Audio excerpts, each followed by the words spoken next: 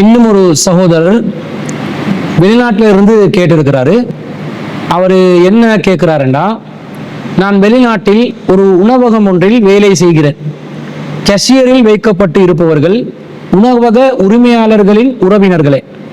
என்னுடைய கேள்வி, நாங்கள் ஏதாவது கூடுதல் வேலை செய்தாலோ, உணவகத்துக்கு தேவையான ஒரு பொருளை வாங்கி வந்து அதன் பில்லை கேஷியரிடம் கொடுத்தாலோ அதற்கு அவர்கள் கூடுதல் பணம் தருவார்கள்.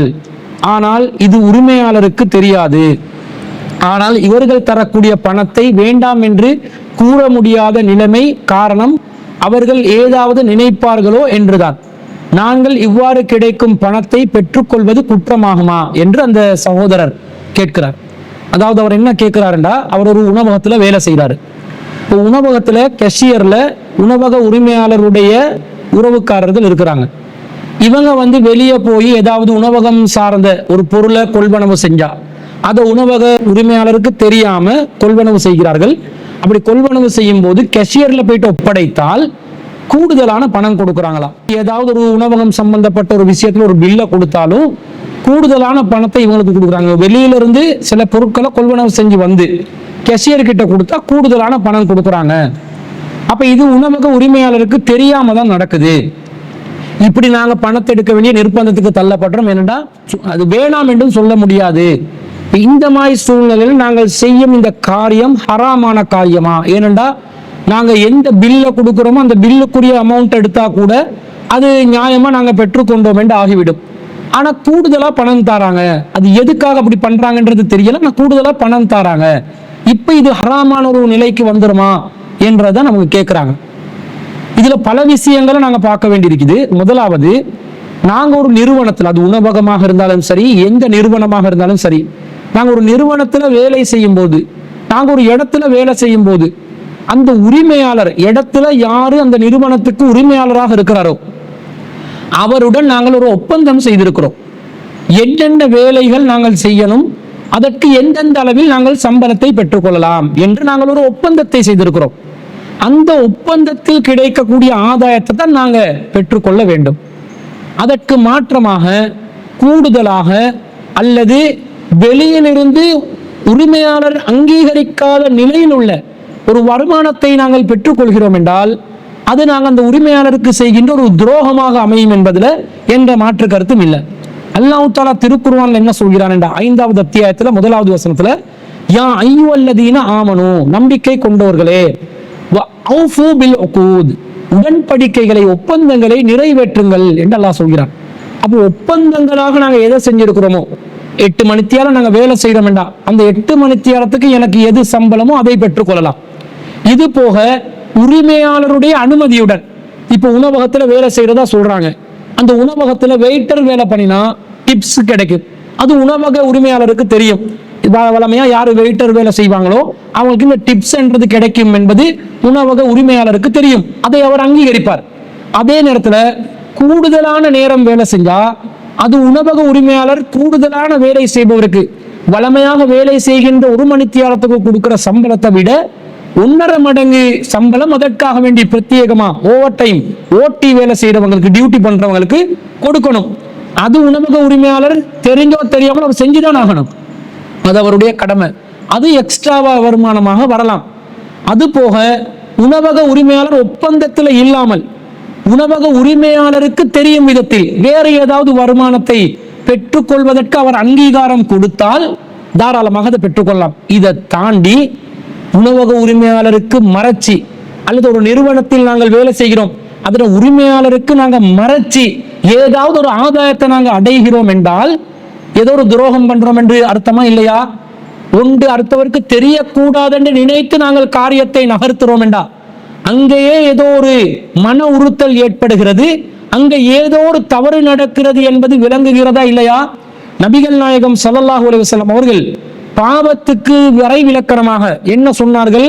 வல் இஸ்மு மா ஹாக ஃபீ சத்ரிக, உன்னுடைய உள்ளம் எதை உறுத்தலாக அமைத்துக் கொள்ளுமோ, வகரிஹ்த ஐ யத்தலிய அலைஹின் நாஸ், மக்களுக்கு அதை எட்டி வைக்கப்படுவது, மக்கள் அதை தெரிந்து கொள்வது உன்னுடைய உள்ளம் வெறுத்தாலோ அதுதான் பாவமான காரியத்துக்கு அடிப்படை என்று நபிகள் நாயகம் ஸல்லல்லாஹு அலைஹி வஸல்லம் அவர்கள் சொன்னதாக சஹீஹ் முஸ்லிம்ல 4992வது ஹதீஸ்ல நவாஸ் பின் சமான் அல் அன்சாரி ரலியல்லாஹு அன்ஹு அவர்கள் அறிவிக்கிறார்கள். அப்ப இதுல இருந்து என்ன விளங்குது? இன்னொருத்தருக்கு தெரியாத நிலையில ஒரு காய் நகர்த்தல் நடக்குதுண்டா அப்ப எதுவும் பாவம் நடக்குது. அடுத்தவர் தெரிஞ்சு கொண்டால் அது தனக்கு கிடைக்காது அல்லது தன்னுடைய மனம் அதை வெறுக்கிற நிலை ஏற்படுத்திக் கொள்கிறது என்று சொன்னால் இங்க ஏதோ ஒரு பாவம் இருக்குதுன்னு அர்த்தம். இதுதான் பாவத்துக்கு அடிப்படை. அப்ப கெஷியர்ல இருக்கிறவங்க உறவினர், அந்த உணவக உரிமையாளருடைய உறவினர்களாக இருந்தாலும் அவங்க ஏதோ அந்த உணவக உரிமையாளருக்கு விளங்காம ஏதோ ஒரு மறைமுகமான ஒரு ஆதாயத்தை அவர்கள் அடைவதற்காகத்தான் உங்களை பகடுகாயாக பயன்படுத்திக் கொள்கிறார்கள்.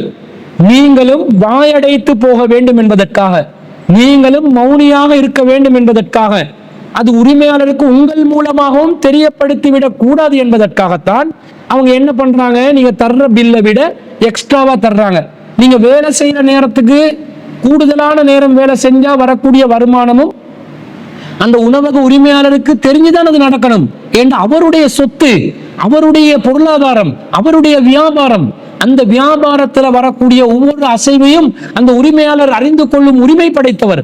அவருக்கு திட்டமிட்டு மறைப்பதாக இருந்தால் அது அவருக்கு செய்கின்ற ஒரு துரோகமாகத்தான் அமைகிறது. அப்ப அதை தெரியப்படுத்தாமல் ஆக்குகிறார்கள் என்றா இந்த உறவினர்களாக இருக்கக்கூடிய கேஷியர் வேலை பார்க்கக்கூடியவங்க ஏதோ ஒரு மறைமுகமான காய் நகர்த்தல் பண்ணி, தப்பு பண்ணி, தவறு செய்து ஏதோ ஒரு சம்பாத்தியத்தை மேற்கொள்றாங்க. அதுல உங்களோட வாயை அடைக்க பாக்குறாங்க. நக்குண்டார் நாவிழந்தார். எவன் நக்கி சாப்பிடுவானோ அவனுக்கு வாய் திறந்து பேச இயலாத சூழ்நிலை உண்டாகும். அப்ப நக்கி சாப்பிட வச்சு வாய் திறக்க முடியாத ஒரு சூழ்நிலையை உருவாக்குறதுக்கான ஒரு வேலை தான் இங்க நடக்குது என்றதை நாங்கள் விளங்கி கொள்ள வேண்டும். இது இந்த வெளிநாட்டில் வேலை செய்யற அந்த உணவக உரிமையாளருக்கு செய்கின்ற ஒரு துரோகமாக, அவருடன் செய்யப்பட்ட ஒப்பந்தத்திற்கு மாற்றமாக, அவருக்கு அறியப்படுத்தாமல் தவறான ஒரு காரியமாக, பாவமான ஒரு காரியமாக ஏதோ ஒன்று நடைபெறுகிறது என்பதுதான் நீங்க சொன்ன இந்த கேஸ் ஸ்டடியை வைத்து பார்க்கும் பொழுது தெளிவாக தெரிகிறது. எனவே உங்களுடைய வருமானம் என்று ஏதோ ஒப்பந்தம் பண்ணிருக்கிறீங்களோ அதை உங்களுடைய வருமானமா எடுத்துக்கோங்க. நீங்க வெயிட்டராக இருந்தா உங்களுக்கு டிப்ஸ் எடுக்கலாம், அது ஏற்கனவே ஒப்பந்தத்தில் பதிவு செய்யப்பட்டிருக்கும். அல்லது உரிமையாளருக்கு அதை அறிவித்தல் கொடுத்து இந்த தொழிலுக்கு இந்த வேலையை செய்தவங்க வளமையா இதை எடுப்பாங்கன்ற அந்த அறிவு இருக்குது. அதே நேரத்தில் இப்படி டிப்ஸ் கூட எடுக்க கூடாது என்று சட்டம் போட்டிருந்தா அதை நீங்க அந்த உணவகத்திலிருந்து பெற்றுக்கொள்ள முடியாது. நீங்க ஒப்பந்தத்தை உணவக உரிமையாளர்களுடன் தான் செய்திருக்கிறீர்கள். எனவே அவரோட செய்த ஒப்பந்தத்தை நீங்கள் அல்லாஹ்வுக்கு பயந்து நிறைவேற்ற வேண்டும். அதில் மாற்றம் செய்து துரோகம் செய்யக்கூடாது. இது இந்த உணவகத்துல மட்டுமல்ல, இந்த இலங்கையில கூட நிறைய வியாபார தலங்கள்ல ஒரு உரிமையாளர், வியாபார உரிமையாளர், ஒரு முதலாளி இருப்பார். அவருக்கு கீழே பலர் வேலை செய்வாங்க. எல்லாமே இந்த ஃப்ராடு பேர் வழிகள். ஒரு பில்லை கொண்டு வருவான், அந்த பில்லுக்கு ஒரு அமௌண்ட் போயிட்டு இருக்கும், 10,000 ரூபாய் போயிட்டு இருக்கும். ஆனா 15,000 ரூபாய் பில்லை தாங்க என்று எடுத்துட்டு போயிட்டு முதலாளிட்ட கையில 15,000 ரூபாய் கொடுத்து 5,000 ரூபாய் அவன் பக்கத்துக்கு 10,000 ரூபாய் அந்த சம்பந்தப்பட்ட இடத்துக்கு என்று சொல்லி ஆக்கி கொள்றாங்க. இந்த மாதிரி நிறைய பேர் இந்த பில் போடுவதில் நிறைய பித்தலாட்டங்கள் செய்து கொண்டிருக்கிறார்கள். இவர்கள் அந்த வியாபார உரிமையாளர்களுக்கு துரோகம் செய்து கொண்டுதான் இருக்கிறார்கள். பல இடங்கள்ல இந்த மாதிரி ஃபித்னாக்கள் நடக்குது. அல்லாஹ்க்கு பயந்து நடந்து கொள்ளணும். தேவை அவங்களுக்கு எக்ஸ்ட்ரா வருமானம் தேவைண்டா நேரடியாக உரிமையாளருடன் பேசி பெற்றுக் கொள்ளுங்கள்.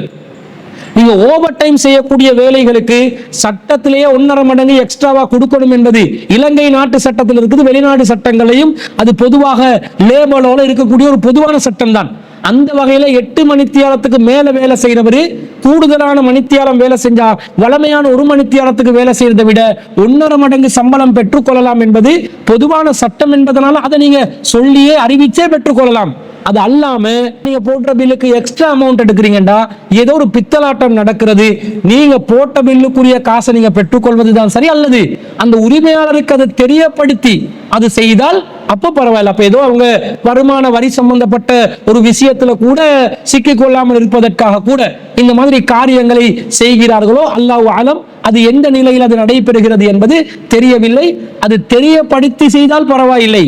இதே நீங்கள் உரிமையாளராக இருக்கிறீர்கள், நீங்கள் உணவக உரிமையாளர், உங்களுடைய உறவுக்காரர்களை கேஷியர்ல வச்சு உங்களுடைய உணவகத்துல வேறு பணியாளர்கள் இந்த மாதிரி ஒரு காரியத்தை நிகழ்த்தினால் நீங்கள் அதை அங்கீகரிப்பீர்களா? அதை நீங்க அங்கீகரிக்காவிட்டால் நீங்க உங்களுக்கென்று வரும்போது எதை அங்கீகரிக்கவில்லையோ அதை அடுத்தவர்கள் விஷயத்துல அங்கீகரிக்குமாறு சொல்வது தவறுதான், தப்புதான், பாவம்தான் என்பது தெளிவாக தெரிகிறது. எனவே இந்த காரியத்திலிருந்து நீங்கள் விடுபட வேண்டும், அல்லது உரிமையாளருக்கு அறிவித்துவிட்டு இந்த காரியங்களில் ஈடுபடுங்கள். அது உங்களுக்கு ஹலாலான ஒரு வருமானமாக அப்போதுதான் மாறிவிடும்.